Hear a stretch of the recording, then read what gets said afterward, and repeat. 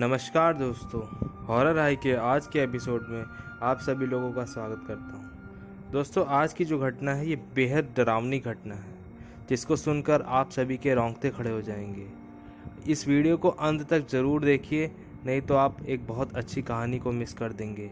ये जो घटना है ये एकदम सत्य घटना पर आधारित है। ये इस कहानी 17 साल पहले की है और ये कहानी खुशी नाम की लड़की की है, जो कि शहर में रहती थी। उसके पापा आर्मी में थे, लेकिन उनका जो गांव था वो यूपी में था। तो अक्सर यूपी में जब छुट्टियां होती थी तो आना जाना होता था अपने गांव में। खुशी जो थी वो कभी भी अपने गांव नहीं देखी थी। तो उसके पापा कहते हैं चलो ठीक है, गांव दिखाते हैं तुमको। तो खुशी, उसकी मम्मी, उसका भाई जो उससे छोटा था, उसके पापा, सब लोग अपने गांव में आ जाते हैं। गांव में खुशी के पापा के बड़े भाई, उनकी लड़की रितु और भी कजिन्स थे जो ढेर सारे थे। अब गांव में ज़्यादा मज़ा आता ही है सबको, आप लोग तो जानते ही हैं। गांव में अपने कजिन्स लोग के साथ खेलना, खेतों में जाना, आम तोड़ना, सब में मज़ा ही आता है। और सब परिवार जब एक साथ इकट्ठा होकर रहता है तो और मज़ा आता है बच्चों को। तो सब लोग आए, खुशी और उसका परिवार और सब लोग अच्छे से मिलजुल कर रह रहे थे, खुशी खुशी, सबको मज़ा आ रहा था। ऐसे करीब 10-12 दिन बीत गए। खुशी जो थी वो 6th क्लास में थी और उसकी जो एक कज़िन थी, मतलब उसके ताऊ जी की लड़की, उसका नाम रितु था, वो भी उसके बराबर ही थी, करीब 1-8 साल छोटी बड़ी होगी, लेकिन दोनों एकदम बेस्ट फ्रेंड की तरह रहती थी। तो खुशी वहाँ पर नए नए चीज़ देख रही थी कि गांव के लोग कैसे रहते हैं। रात में लाइट चली जाती है तो सब लोग बाहर निकल के सोते हैं, सारे लोग आपस में बात करते रहते हैं, खेलते हैं, कूदते हैं। और गाँव में अक्सर देखे होंगे आप लोग में से बहुत लोग जानते होंगे कि ज़्यादातर गाँव में टॉयलेट नहीं होता है, तो लोगों को जाना पड़ता है टॉयलेट करने के लिए खेतों में। और कभी कभी तो जिसका पेट ख़राब हो जाए तो रात में भी जाना पड़ता है। तो खुशी ये सारा एडवेंचर को महसूस कर रही थी, एक्सपीरियंस ले रही थी। तो जो खुशी की जो कज़िन थी रितु, उसका पेट ख़राब हो गया था। तो रितु बोलती है खुशी से कि चलना यार, दोपहर के 1 बज रहे थे, चलना खेत चलते हैं। तो वो तैयार हो जाती जाने के लिए। तो खुशी और रितु दोनों जाती हैं खेत में और रितु चली जाती है टॉयलेट करने और खुशी जो थी वो खेत में खेलती रहती है अकेले। वहीं पर एक बेर का पेड़ लगा हुआ था। खुशी जो थी वो बेर के पेड़ के पास खेल रही थी। खेलते खेलते 15-20 मिनट निकल गए। उसको लगा कि यार अभी तक रितु नहीं आई, क्या हो गया, कितनी देर हो गई। फिर वो और देर इंतज़ार करती कि रुक जाती हूँ। 1 घंटा बीत गया, अभी भी रितु का कुछ अता पता नहीं था। वो रितु रितु नाम से ढूंढने लगती है, रितु रितु कहाँ है तू, रितु कहाँ चली गई। ढूंढते ढूंढते वो थोड़ी आगे की तरफ जाती है और क्या देखती है, रितु ज़मीन में उल्टी धसी हुई है। उसका सर जो है वो ज़मीन के अंदर घुसा हुआ है और पैर ऊपर हिल रहे हैं और धीरे धीरे हिलते कम होते जा रहे हैं पैर उसके। ये देखकर खुशी एकदम शॉक हो जाती है। अब उसको कुछ समझ में नहीं आता है कि करे क्या। वो बुलाती है रितु रितु रितु, लेकिन रितु कोई रिस्पॉन्स ही नहीं दे रही थी। उसका सर जो था पूरा लिटरली ज़मीन के अंदर घुस गया था, जैसे खेत के अंदर कोई किसी को खोद के उल्टा करके गाड़ दे। खुशी को कुछ समझ में नहीं आता, वह दौड़ते दौड़ते घर की तरफ भागती है। रास्ते में रितु का जो बड़ा भाई था वो उसको एक दुकान पर बैठा हुआ मिलता है। खुशी सारी बात बताती है कि रितु उल्टी ज़मीन में घुसी हुई है। वो सोचता है ये तो मजाक कर रही है। फिर वो भी दौड़ के जागता है और देखता है कि अरे ये कैसे पॉसिबल है। गांव के लोग और भी आते हैं, सब खोदते हैं। उसको खोदने में 10-15 मिनट लगते हैं। खोद के जब उसको निकालते हैं, उसकी नब्ज़ एकदम ख़त्म हो चुकी थी। उसकी सांस एकदम रुक ही गई थी, लेकिन हल्की हल्की सांस चल रही थी। ज़्यादातर लोग सोचते हैं कि ये मर गई है, लेकिन फिर डॉक्टर देखते हैं तो बोलते हैं कि नहीं, ये ठीक है। 2-3 घंटे बाद जब वो नॉर्मल होती है रितु, तो सब पूछते हैं बेटा ऐसे कैसे तुम घुस गई, अंदर कैसे घुस गई, क्या हुआ तुम्हारे साथ। उसको कुछ याद ही नहीं। वो कहती है कि नहीं, मुझे कुछ याद नहीं है, कुछ नहीं बता पाती वो। सब लोग सोचते हैं ठीक है, घुस गई होगी, खेल रही होगी, किसी तरह से घुस गई होगी, आपस में ही खेल रही होगी। फिर उस दिन के बाद से जो रितु का बिहेवियर था वो बिल्कुल चेंज हो गया था। कुछ ज़्यादा किसी से बात नहीं करती थी और सबसे बहुत लड़ लड़ कर जवाब दे देती थी, आपको उल्टा जवाब देती थी। उसके बिहेवियर में बहुत चेंज आ गया और उसको 15-15 मिनट पर जैसे झटके टाइप के लगते थे। उसकी आँख पलटने लगती थी। कुछ देर आधे आधे घंटे पे जब भी उसको कोई देखे तो उसकी आँख एकदम पलटी रहती थी। वो आँख पलटाने लगी थी अपनी, और उसको ऐसे झटके लगते थे जैसे कोई करंट का झटका लगा दिया हो या कुछ, मतलब जैसे आप लोगों ने मूवीज़ में देखा ही होगा, ऐसे झटके मिर्गी टाइप के पड़ने लगते थे।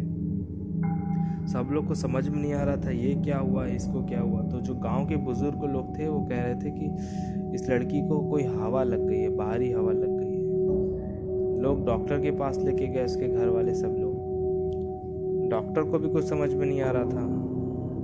उसके बाद आसपास के लोग बात करना शुरू कर दिए थे कि इसके अंदर कोई आत्मा घुस गई है या इसको कुछ हो गया है, इसके ऊपर कोई हवा चढ़ गई है। तो जो लोग थे गांव के, उन्होंने बोला कि आप इसको तांत्रिक के पास लेके जाइए।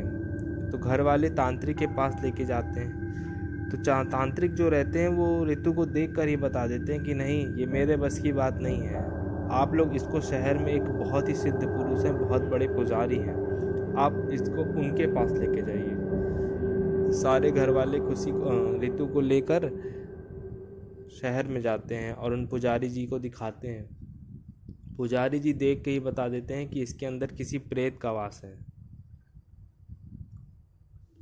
पुजारी जी जो थे वो ऋतु के लिए अनुष्ठान और बड़ी पूजा करने के लिए कहते हैं। सब लोग घर वाले मिलकर पूजा करवाते हैं। उसके बाद सब कुछ ठीक हो जाता है, नॉर्मल हो जाता है। खुशी भी अपने शहर लौट जाती है, क्योंकि कितने दिन कोई रहेगा, 15 से 20 दिन बीत चुके थे। खुशी, उनके मम्मी पापा, पूरा परिवार उनका जो आया था वो अपने शहर में लौट जाती है। सब कुछ ठीक ठाक चल रहा था। ऋतु भी एकदम नॉर्मल हो चुकी थी। अब वो एकदम पहले जैसा कोई भी बिहेवियर उसके अंदर नहीं बचा था। होली आती है, होली का त्यौहार। तो जो खुशी थी, इनके परिवार वाले फिर से आते हैं गांव होली मनाने के लिए। तो होली में सब हंसी मिलते हैं, घूमते हैं, फिरते हैं, मज़ा करते हैं। फिर एक दिन, जिस दिन होली रहती है, उस दिन सुबह के ही टाइम खुशी ऋतु को रंग लगा देती है। और रंग लगाने के लिए जैसे ही आगे बढ़ती है, ऋतु का बड़ा भाई तुरंत ही डांटता है, नहीं उसे रंग मत लगाना। लेकिन इतनी देर में थोड़ा सा रंग लग चुका था। दरअसल ये बात थी कि जो बाबा जी, पुजारी बाबा थे, उन्होंने मना किया था कि होली या दिवाली में इसे, किसी भी त्यौहार में इसे अंदर रखना और रंग से बचा के रखना। लेकिन उसको थोड़ा सा रंग लग चुका था। लेकिन उसको कोई भी दिक्कत नहीं होती है। वो फिर बाहर किसी काम से दोपहर में जाती है बाहर। वहीं पर किसी दोस्त ने, उसकी किसी सहेली ने उसको रंग लगा दिया, वो भी अच्छे से। अब वो घर पर आती है, सब लोग घर के देख कर डर जाते हैं कि अरे ये रंग लगा कर कहाँ से आ गई। लेकिन उस समय भी उसका बिहेवियर चेंज नहीं हुआ था, वो बिल्कुल नॉर्मल थी, उसको कुछ नहीं हुआ था। लेकिन थोड़ी ही देर बाद, एक घंटे के बाद ही अचानक से उसके पापा आते हैं और बोलते हैं, बेटा ऋतु खाना निकाल के दो। वो जवाब देती है, अभी निकाल दूंगी ना, क्यों मेरे पीछे पड़े हो, ज़्यादा जल्दी है तो खुद ही निकाल लो।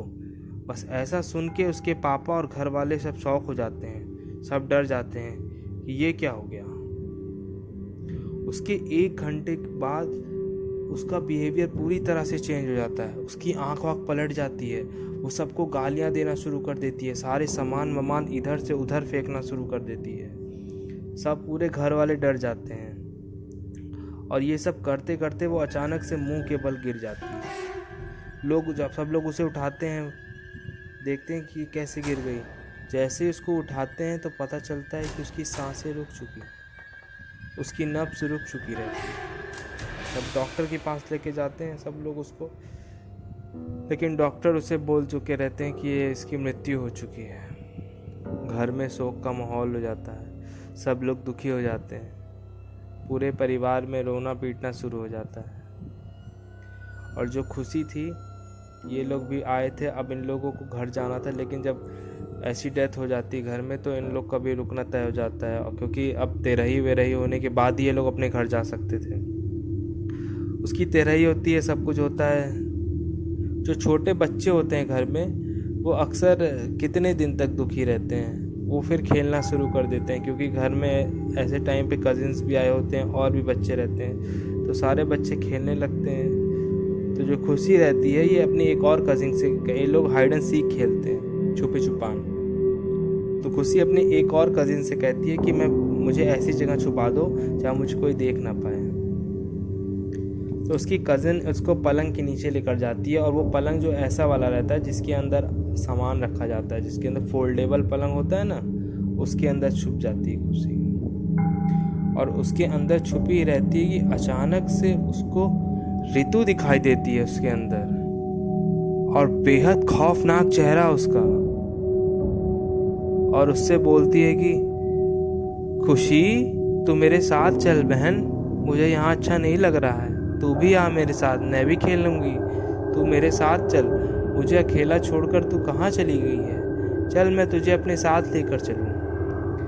इतना होने के बाद खुशी जो है वो बेहोश हो जाती है, और सब लोग ढूंढने लगते हैं। फिर वो जो उसकी दूसरी कज़न रहती है वो बताती है कि हाँ खुशी वहाँ पर छुप के बैठी है। निकालते हैं उसको, जब निकालते हैं तो देखते हैं कि खुशी पूरी तरह बेहोश है। उसको होश में लाया जाता है। फिर उससे पूछा जाता है बेटा ऐसा क्या हो गया। खुशी बताती है कि मम्मी पापा मुझे ऋतु दिखाई दी, बहुत ही खौफनाक चेहरा था उसका, अजीब सा मुझे डरावना जैसा चेहरा लग रहा था उसका, और वो मुझसे कह रही थी कि चलो मेरे साथ चलो खुशी, मुझे भी खेलना है, तुम मुझे छोड़कर वहाँ पे क्यों हो, तुम मेरे साथ हो ना, तुम तो मेरी सबसे अच्छी बहन थी।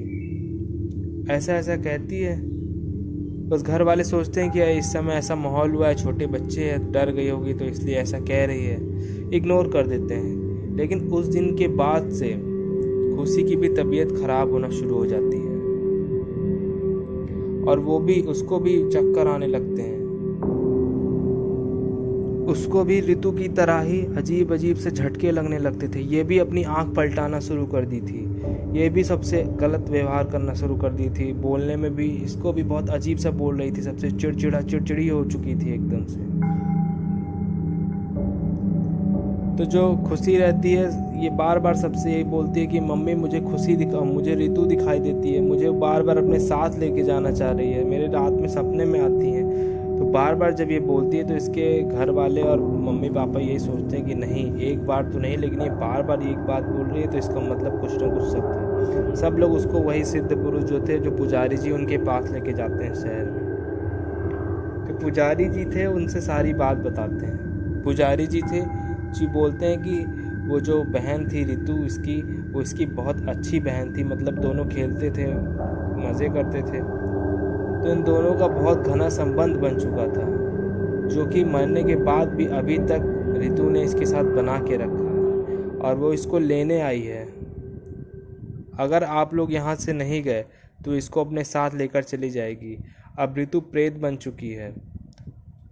इतना कहने के बाद सब लोग वहाँ से तुरंत अपने शहर की तरफ चले जाते हैं। जो खुशी के परिवार, मम्मी पापा भाई बहन, सब उसको लेकर अपने शहर चले जाते हैं। उसके बाद समय बीतता है, सब कुछ नॉर्मल हो जाता है। अब वो लोग दूसरी जगह चेंज करके रहने लगते हैं, जहाँ रहते थे वहाँ से भी हट के दिल्ली में रहने लगते हैं। खुशी अब बहुत बड़ी हो चुकी है। ये कहानी मुझे खुशी ने ही बताई है, और समय के साथ सब नॉर्मल हो जाता है। आज भी खुशी इन सब बातों को याद करके डर जाती है। दोस्तों, जिसके साथ ये सब घटना होती है ना, उसके ऊपर उसी को पता चलता है कि ये कैसा उस समय था वो। तो जब ये बात सोचती है खुशी, तो आज भी डर के मारे कांप जाती है। दोस्तों, आज की ये कहानी जो थी बिल्कुल सच्ची घटना पर आधारित थी। आज की कहानी आप लोग को कैसी लगी मुझे कमेंट करके बताइएगा, और चैनल को सब्सक्राइब करिएगा, वीडियो को शेयर करिएगा। तब तक के लिए धन्यवाद।